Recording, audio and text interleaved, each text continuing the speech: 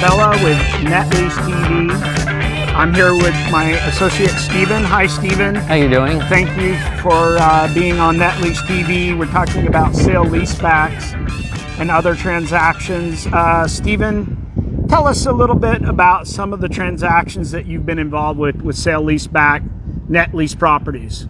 Well, I've done quite a few different types of properties. I've done everything from light industrial, distribution centers, data centers, but primarily retail. Okay. Retail seems to be the biggest category, and it's the most repetitive because retailers tend to have more sites. Okay. You know, they may have thousands of stores, hundreds of stores, and it's just a financing technique for most large retailers. Are most of your investors, are they pension funds, institutional investors? Are they families that have a large estate that are rolling into net lease in 1031 exchange transactions? What's your atypical client that you deal with? Well, my client is usually the retailer itself, and I'm structuring the actual sale-leaseback. You know, at the end party, usually the way a sale-leaseback works is you're selling 50, 100 properties or 20 properties to one buyer. Because you don't want to have to deal with 20 buyers. Let's say if you have 20 properties, you want to deal with one buyer. The buyer itself can then go off and sell them to third parties who are traditionally, like you said, 1031 investors, etc. In the secondary market. In the secondary market. So the primary market, you have maybe one buyer. What size allotment are most of your buyers buying at? 20, 50, 70, 100 million? What size are they buying at? Most of the deals that I deal with, I mean, you know, talking about retailers, you know, more than 200 million. So 200 million and up. Yeah, I mean, but there are deals that are smaller. You know, it depends on what's available, what the retailers, you know, some of the retailers are doing 250, 300 million or more. Some retailers don't have that much product and they can only sell, you know, 100 million. It's also a function of how they're setting up the deal. So you can set up a deal three basic ways. One is cash. You know, smaller deals tend to be cash deals. Although, you know, most people don't just have ready cash laying around for even a $50 or $100 million deal, but some people do. Sure. A private placement type of deal where there is a loan put in place on effectively, so, you know, in a sale-leaseback, you're selling the property to a third party. It's being leased back to the original company who owned it.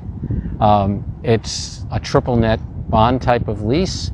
And, you know, if there's a loan, there's going to be a loan on this buyer is going to have to come up with some of the money, you know, some of the equity, and some of that, the rest of it will be financed, and that financing is usually tied to the lease.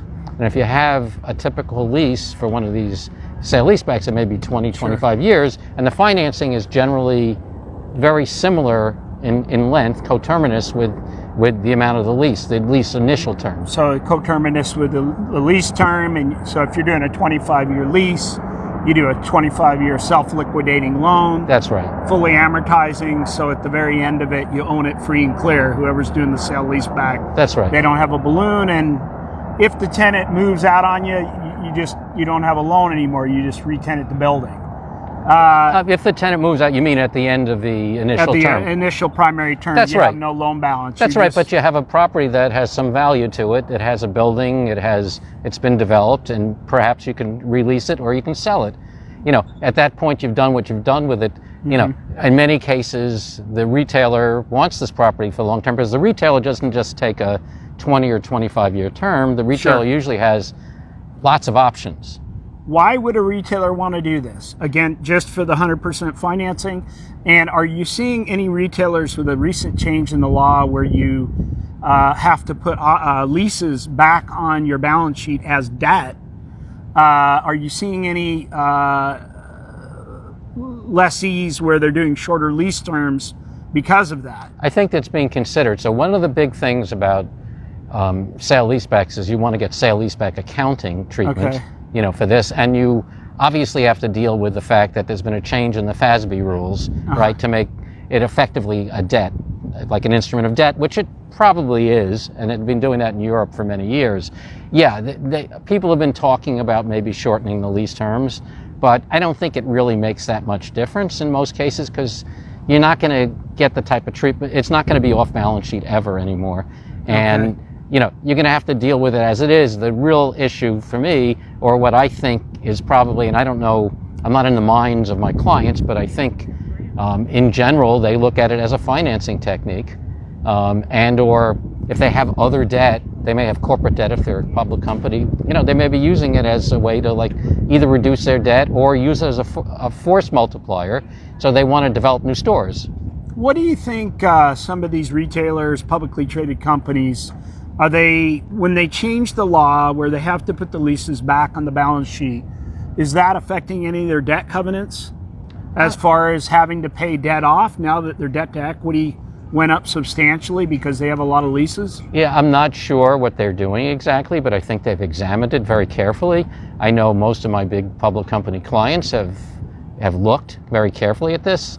They've brought in their accounting teams. They usually have, you know, a big four accounting firm or two that's involved with them, and they're figuring this out. You know, this is new. Everything is just rolling out now, even though it's been threatened for a lot of years. And this is more like what the standards have been in the rest of the world for all this time. So it's not like this is something that's brand new in the world. It's brand new in America. You know, it was great when they could have it as a footnote on their, you know, on their, you know, 10K or something like that, and they could just say, you know, yeah, we got a lot of leases, and you know, you know. But I think a lot of them have figured it out, and some of them still think it's still worth their while. Many of them do. Gotcha. You know, not everybody is a big public company doing this as well. You know, there are smaller companies that are doing this, and they're doing smaller deals. You know, some people are just doing a light industrial or a distribution center or something like that. What do you think of the emerging markets? Have you done any sale-leasebacks? Peru, Latin America, China, India. Do you think that's an area? I know that Prologis is pretty active in the industrial arena in third world countries with the, you know, I know in Peru it was growing 5 to 10% gross national product. India is growing pretty substantially. China, you know, we're having the issues with Trump and all that. But, it, you know, it is an emerging market. Is it the political risk that most companies or lenders or buyers are staying away from those emerging markets? You know, first of all, I'm a U.S. lawyer, so I probably... So you're looking domestic. I'm looking domestic. I know that some of these things are done in other countries, but I don't know exactly the legal framework exactly. Right. You know, it's probably not dissimilar in some fashion, but, you know, what their laws are and how it interfaces... It's done is a different ballgame. It's a different ballgame, and how the lenders view this, et cetera. You know, you have to have many of these deals, the ones that are larger in scope, you know, that are not cash or whatever, they're done, you know, with a private placement to put the loan out. And a lot of times the loans, when you have a private placement, a lot of time the loan is being bought by pension funds, CalPERS, and insurance companies, right? Yep. So they have a way to have their risk spread out a bit. It's very good credit if you have the right credit. You know, you have a good credit tenant, and for them, it's a nice little investment. They invest in the note, and that's how they're part of this deal. As I mentioned, my family had done a lot of sale-leasebacks with Louis J. Glickman. Louis J. Glickman was a syndicator in New York from 1950, and the last deal we did with him was 85. Sure. When the tax, you know, I was doing a lot of syndications in the 80s as well. That was, you know, driven by the way the tax laws work. 1986, the Tax Reform Act happens, and those deals were dead in the water. You couldn't take passive losses against active income anymore. That's right, and you know, you had all these investors who went into this, and all of a sudden, you know, their deals were underwater. It was also a time of hyperinflation. You're right. And so people were getting these things financed at some like 100%, 150%, 125% of their value, and everybody looked like a genius because every year the thing would go up so much, but all of a sudden, no, things weren't going up so much, and then you had 87 that hit, right? I guess the S&L crisis, and you didn't, all of a sudden values dropped like a stone. Do you want to know something though interesting? In 2009-10, I remember a lot of people doing sale-leasebacks. You could still get the private placement money, but you couldn't get conventional financing. Right. And the cap rates were higher. So your loan constant was pretty close to your cap rate. And if you had a CTL loan, you were pretty close to 100% financing. So there was big opportunities because there wasn't the normal amount of liquidity, believe it or not. And I'm sure a lot of the banks wanted, they still saw, if you had a retailer, let's say, who had really good credit still, what's the difference to them? It's a good place to put your money. It's safer, maybe than, chasing some office building or shopping center that might be, its value might drop a bit because of demand and other parts of the economy. So I think it was still pretty safe bet. So to kind of conclude this, because I know you have some other meetings here. We're here at the ICSC, the law conference in San Diego, and Steven's got he was a speaker here. What are kind of the characteristics of a corporation that would come to you to do a sale-leaseback? Well, aside from the kind of like one-offs, and I've been getting them for people who own data centers and other things, because they see it as, gee, we don't need to be in that thing as much, or we want to reduce our footprint or something like that, and we'll lease it back and have it like a cut down, which is a little different, in terms of our size or our power or whatever. They look at, most of them are anywhere from BBB on up type of credit.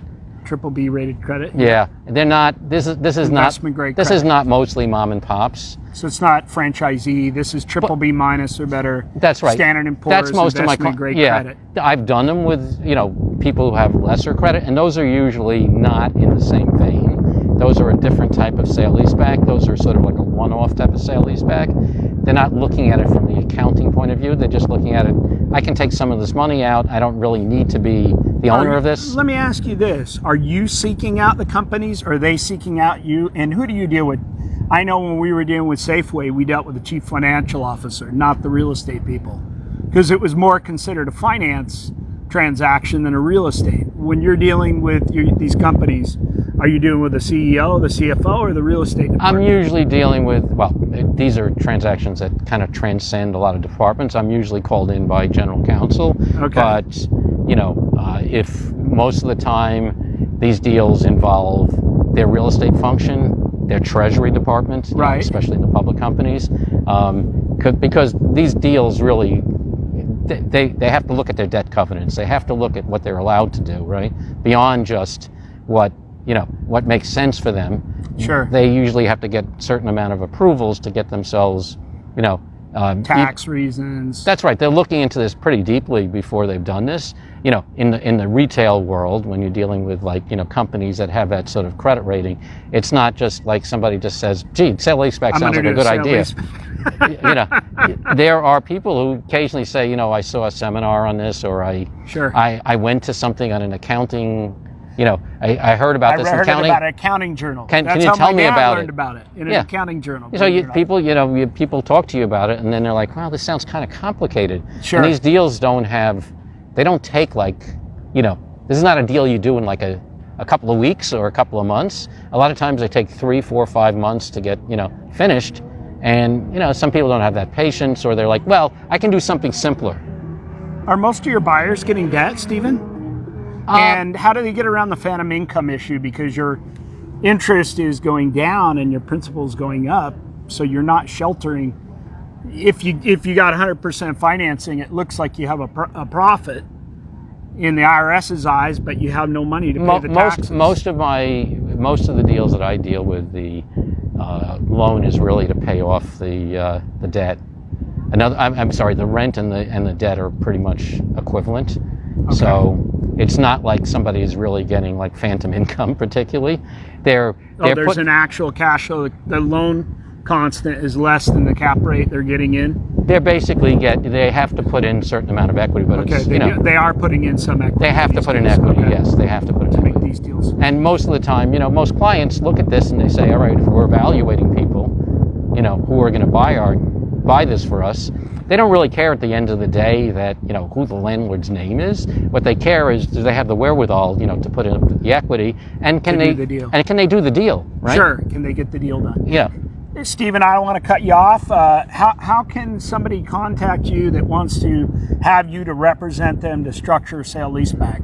Well, if there's a corporation out there looking to monetize real estate. Well, they can either, you know, call me at... What's your number? It's 212-692-6875. Say that, tell them again so they can hear it. Yeah, 212-692-6875. And do you have a website or anything yes. where they can check your company at, your law firm, get a little more information? Yeah, we have something called mints.com. Okay. And they can look me up on that as well. Do you have any case studies on your website? I do. I mentioned some of the deals that I've done, you know, including for a couple of clients that we've done several thousand sites at this point. Well, I want to thank Stephen. Thank you again, Stephen, for being on Net Lease TV. Please subscribe to Net Lease TV so whenever we do these interviews, like with Stephen here, you'll get an update by email. And if you need any type of financing, Walgreens, CVS, 7-Eleven, Starbucks, call me, Chris Marabella, 760-803-6464. Our website is www.marabellafinance.com. Chris Marabella, ICSC here in San Diego. The law conference with my friend Stephen. Thanks again, Stephen. All right, take care. Thank you. All right, bye.